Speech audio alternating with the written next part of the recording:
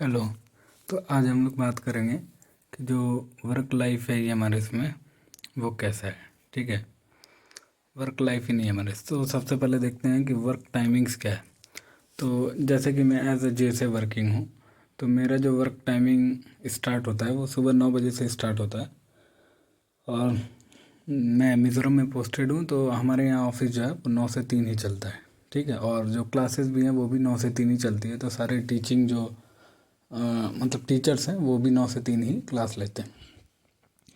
लेकिन जो है ऑफिस में वर्कलोड अभी ज़्यादा होने की वजह से लगभग मैं 4 बजे तक ही डेली में ऑफिस को बंद करता हूँ। ठीक है, तो वर्क टाइमिंग जो है ऐसा कुछ उतना भी ज़्यादा नहीं है, 9 से 4 भी ठीक है।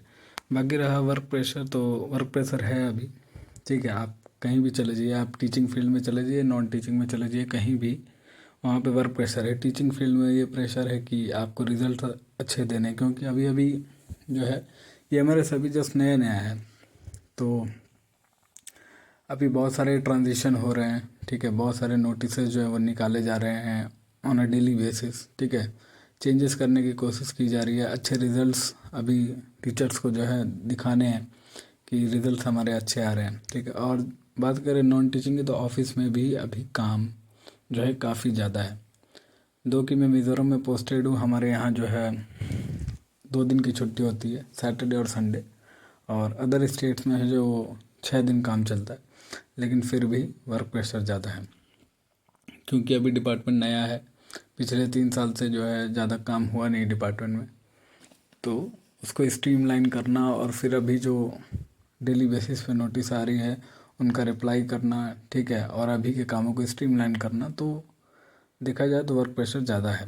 और जैसे कि 2 जैसे की बात हुई थी, तो अभी ज़्यादातर ये एमरेज जो है जो ज़्यादा बड़े नहीं है, छोटे हैं। ठीक है, तो वो एक जैसे पे ही काम कर रहे हैं। ठीक है, बाकी तीसरा जो प्रॉब्लम है, जो सबसे बड़ा प्रॉब्लम है, वो है लैंग्वेज प्रॉब्लम। ठीक है, तो दो कि मैं मिज़ोरम में पोस्टेड हूँ, तो यहाँ की जो लोकल लैंग्वेज है वो मिज़ो है। ठीक है, जिसके बारे में किसी को कोई नॉलेज नहीं है, ना ही मुझे ही और ना ही और जो स्टाफ जो बाहर से आए हैं यहाँ पे मेरी तरह, उन्हें भी कोई नॉलेज नहीं है। ठीक, तो कम्युनिकेशन में काफ़ी प्रॉब्लम होता है। ये एक अच्छी चीज़ है कि हमें इंग्लिश आती है, तो हम इंग्लिश में उनसे काफ़ी अच्छे से कम्युनिकेट कर पाते हैं। ठीक है, और ये प्रॉब्लम लगभग हर जगह है, आप साउथ में भी चले जाइए। ठीक है, तो वहाँ पे भी जो लोग पोस्टेड हैं उन्हें लैंग्वेज की प्रॉब्लम आ रही है। दूसरी प्रॉब्लम है ट्राइबल लोकेशंस। ठीक है, जितने भी हमारे बने हैं वो कम्प्लीटली ट्राइबल लोकेशंस में हैं। तो ट्राइबल लोकेशंस में प्रॉब्लम ये हो जा रही है कि एक तो कंप्लीट आइसोलेशन हो जा रहा है। ठीक है, यहाँ पे चीज़ें अच्छी तरीके से मिल नहीं पा रही हैं। और दूसरा ये है कि मतलब आप अपने एरिया में, जैसे जनरली हम जो लोग हैं वो सिटी में रहते हैं, ज़्यादातर लोग ऐसे ही सिटी में रहने वाले हैं। और हम जहाँ गांव में भी रहते हैं ना, जैसे जो यूपी बिहार या उधर में भी जो लोग रहते हैं, तो वहाँ भी इतना आइसोलेशन नहीं है जितना आइसोलेशन ट्राइबल लोकेशंस में है। ठीक है, जनरली मैं अपनी बात करूँ तो मिज़ोरम में मतलब ज़्यादातर चारों तरफ जंगल ही जंगल है। ठीक है, तो शुरू में कुछ दिन तो वो अच्छे लगते हैं देखने में, फिर उसके बाद वो नॉर्मलाइज हो जाता है। फिर जो है आप कंप्लीट आइसोलेशन में चले जाते हैं। ठीक है, नहीं आप कहीं ज़्यादा घूम सकते, कहाँ ही घूमेंगे, चारों तरफ यहाँ जंगल है। और हमें अपने एरिया में जो है शाम को काम करने के बाद घूमने की आदत होती है, तो वो यहाँ पॉसिबल नहीं है। बाकी बेसिक नीड्स में भी प्रॉब्लम है।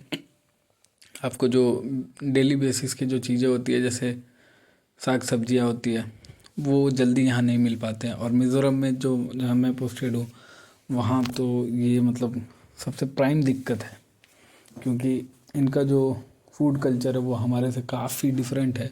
ठीक है, तो ये फूल पत्तियाँ ये सब साग सब्जियाँ खाते नहीं हैं। ठीक है, इनका खाना बहुत ही डिफरेंट।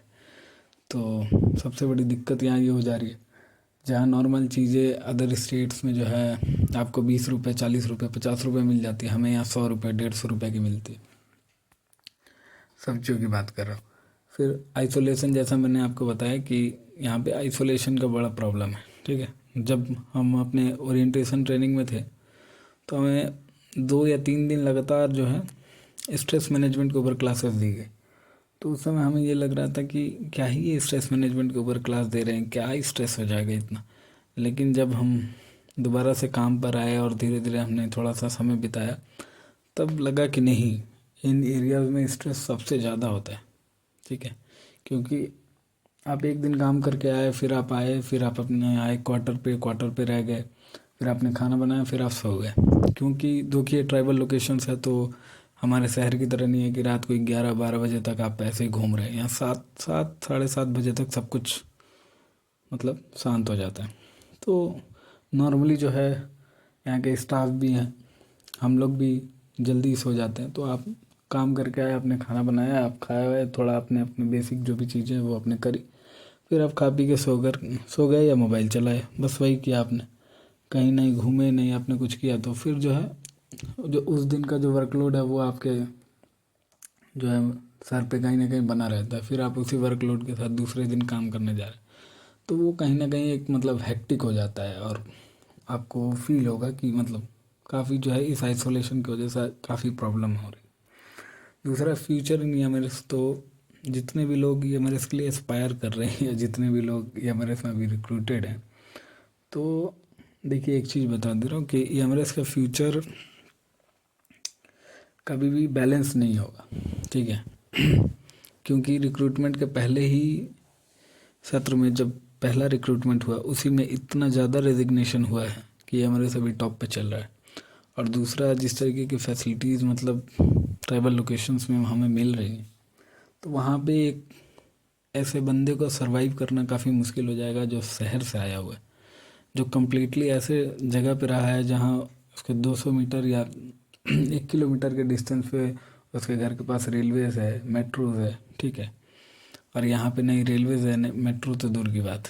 ठीक, तो जो यहाँ पे रेजिग्नेशन का जो एक मुद्दा है वो जो है रेगुलर बना रहेगा, आज भी है, कल भी रहेगा, और इन फ्यूचर भी यही रहेगा। तो फ्यूचर जो है ये हमारे इसमें ज़्यादा कोई लोग देख नहीं रहे। जितने भी यहाँ पे टीचर्स हैं जो जिनसे मेरी बात होती है अदर एमआरएस में भी, तो वो भी जो है अदर ऑप्शंस की तलाश में लगे हुए कि हम अदर एग्ज़ाम जो है निकाल करके अपने घर के पास चले जाए, क्योंकि इतना आइसोलेशन में रहने का आदत किसी को नहीं है। और अब किसी भी स्टेट में चले जाइए, वेदर इट इज़ मिज़ोरम और साउथ और कहीं भी, आपको रहना उसी ट्राइबल इलाके में। ठीक है, और दूसरा है कि should focus on other exams और नॉट। तो जो लोग एस्पायर कर रहे हैं, या जो लोग या मेरे इसमें अभी वर्किंग है, वर्किंग वाले तो कर ही रहे हैं ये चीज़, ये तो सच्चाई है सारे के सारे। और जो एस्पायर हैं कर रहे हैं, उन्हें भी एटलीस्ट दूसरे एग्ज़ाम पे फोकस करना चाहिए। ठीक है, ऐसा नहीं है कि बुरा है, लेकिन हाँ, जब तक आपके पास जॉब नहीं है तब तक के लिए बहुत अच्छा है। लेकिन जब आपके पास जॉब आ जाता है, एक होता है कि हाँ, इंसान का बेसिक नीड जो है वो चेंज होता रहता है। ठीक है, तो जब तक आपके पास जॉब नहीं होता, आपकी बेसिक नीड ये है कि जॉब मिल जाए। जॉब होने के बाद आपकी बेसिक नीड ये होगी कि लोकेशन अच्छी रहे। ठीक है, तो वही चीज़ है। तो आप जब ई एम आर एस के लिए एस्पायर कर रहे हैं तो अच्छी चीज़ है, लेकिन ई एम आर एस में आने से पहले इन फ्यूचर अगर आप कभी रिक्रूट होते हैं, तो रिक्रूट होने से पहले एज मच एज फॉर्म्स जो है आप अप्लाई कर दीजिए। क्योंकि यहाँ एन ओ सी का भी बड़ा पंगा है कि ये एन ओ सी जल्दी देते नहीं। तो अगर आपने रिक्रूट होने से पहले फॉर्म अप्लाई किया है तो वो आपको एन ओ सी दे देंगे, वरना नहीं देते। तो एज मच एज जो है अदर डिपार्टमेंट्स में फॉर्म आप अप्लाई करते रहिए। ठीक है, ताकि यहाँ एक जॉब मिल जाने के बाद, सिक्योर हो जाने के बाद, आपके पास उन अदर एग्ज़ाम्स का भी एक्सेस हो, ताकि आप जल्दी से जल्दी जो है उधर भी मूव कर सके। क्योंकि जब आपको जॉब ही करना है, गवर्नमेंट जॉब ही करनी है, तो अच्छे लोकेशन पे क्यों नहीं, है ना। तो वही चीज़ है। और ये सब जो प्रॉब्लम अभी हमारे के साथ ये कंटिन्यूस चलता रहेगा, इतना आसान नहीं है, क्योंकि अभी ये मतलब एकदम स्टार्टिंग फेज़ में है।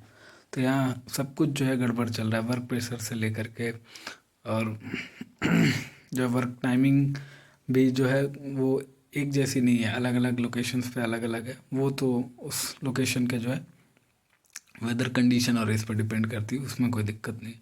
और ट्राइबल लोकेशंस है, लैंग्वेज प्रॉब्लम है, बहुत सारी चीज़ें हैं। तो ये हमारे इसके साथ जो है कंसिस्टेंट रहेंगी, और रेजिग्नेशन का जो सिलसिला है वो ये हमारे जो है झेलता रहेगा।